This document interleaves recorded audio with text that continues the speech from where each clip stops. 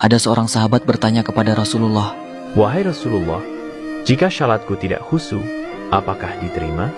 dan jawaban Rasulullah pun membuat seluruh sahabat menangis. Pada suatu hari di dalam majelis Rasulullah, seorang sahabat duduk dengan wajah penuh kegelisahan.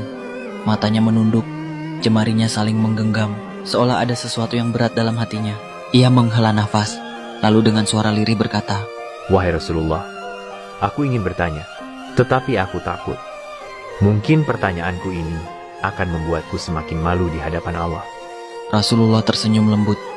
Tatapan beliau pun penuh dengan kasih sayang. Katakanlah wahai saudaraku, tak ada pertanyaan yang membuat seseorang hina jika ia bertanya untuk mencari kebaikan. Sahabat itu mengangkat wajahnya. Perlahan wajahnya mulai berkaca-kaca. "Wahai Rasulullah, aku merasa syalatku sering tidak khusyuk. Kadang aku mengingat urusan dunia, kadang pikiranku melayang entah kemana. Aku takut syalatku tidak diterima oleh Allah. Apakah dengan syalat seperti itu, aku tetap mendapatkan pahala?" Seketika suasana menjadi hening. Para sahabat yang lain menunduk merasakan kegundahan yang sama. Mereka tahu betapa beratnya pertanyaan itu. Namun yang terjadi setelahnya benar-benar tak terduga. Rasulullah tidak segera menjawab. Rasulullah menatap sahabat itu dalam-dalam. Lalu air mata mulai membasahi pipi baginda. Para sahabat pun terkejut. Mereka jarang melihat Rasulullah menangis dalam keadaan seperti ini.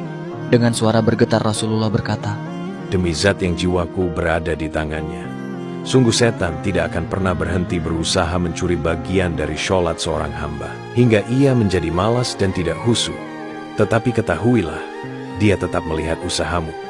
Baginda menarik nafas dalam, lalu melanjutkan, Wahai saudaraku, jika engkau meninggalkan sholat hanya karena takut tidak khusyuk, maka setan akan menang. Tetapi jika engkau tetap berusaha sholat meski dengan kehadiran pikiran yang terganggu, ketahuilah, setiap kali engkau berusaha kembali kepada Allah dalam sholatmu, saat itulah Allah menyambutmu.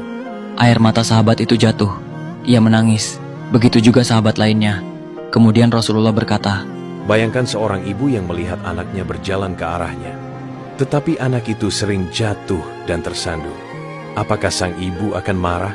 Tidak. Ia akan berlari menghampirinya, mengangkatnya, dan mendekapnya erat. Begitulah Allah. Ia lebih penyayang dari seorang ibu kepada anaknya. Selama engkau kembali kepada Allah, Ia akan selalu menerimamu. dari hari itu sahabat tak lagi putus asa dalam sholatnya. Ia tetap berusaha, dan setiap kali pikirannya melayang, ia selalu mengingat kata-kata Rasulullah. Selama engkau kembali kepada Allah, Ia akan selalu menerimamu.